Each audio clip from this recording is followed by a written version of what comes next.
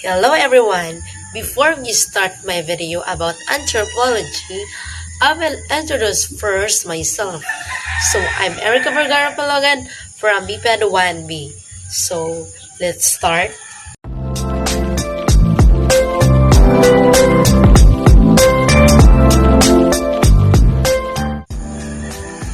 Social anthropology is the study of human society and culture. Social anthropologists seek to understand how people live in societies and how they make their lives meaningful.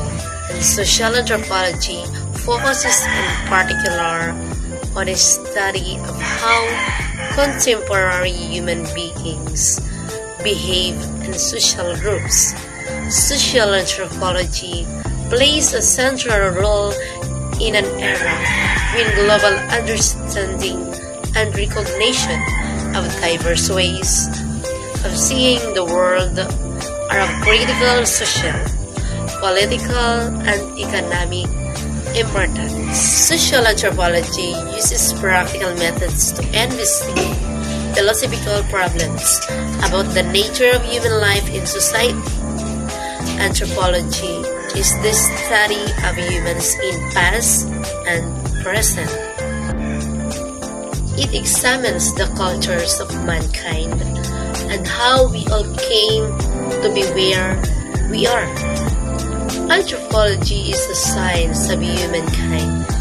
It studies all facts of society cultures.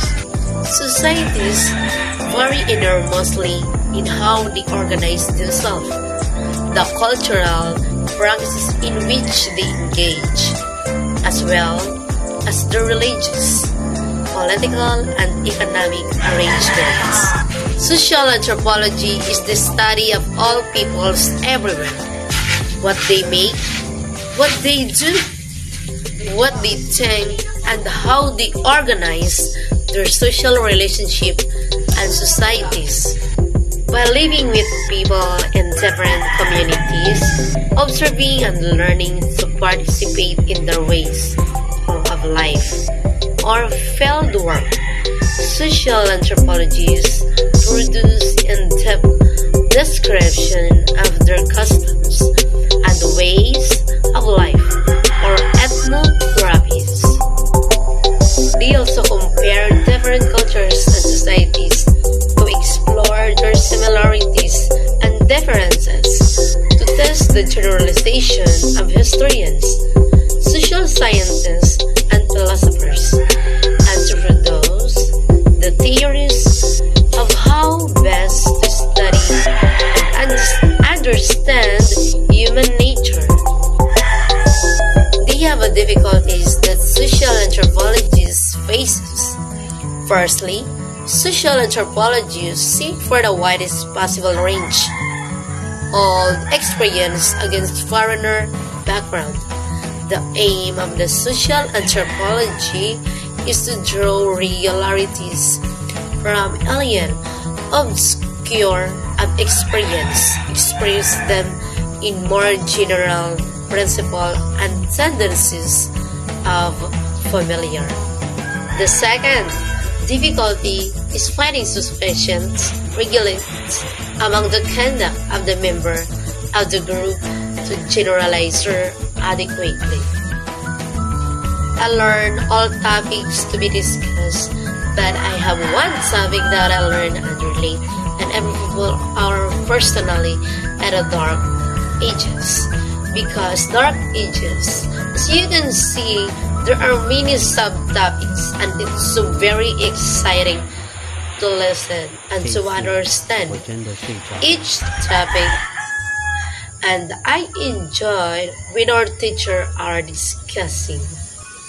Dark ages are included the loose empire when Rome fell in 476, knowledge, law, culture, and technology.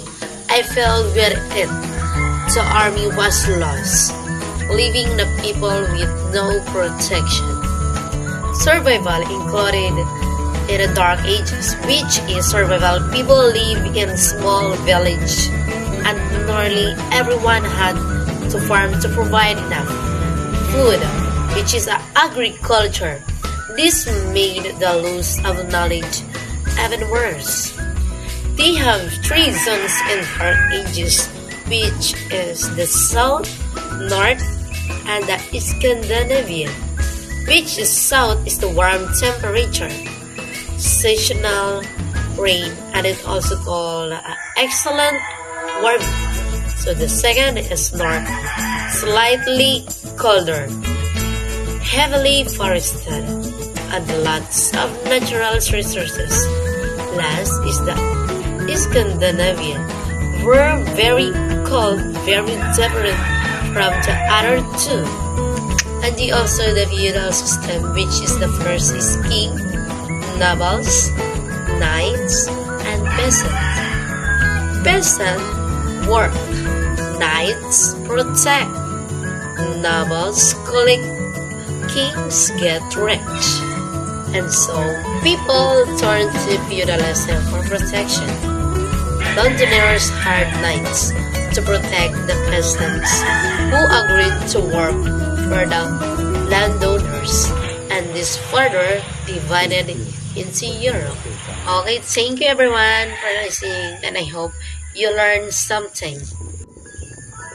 Once again, I'm Erica Palogan from Bped 1B.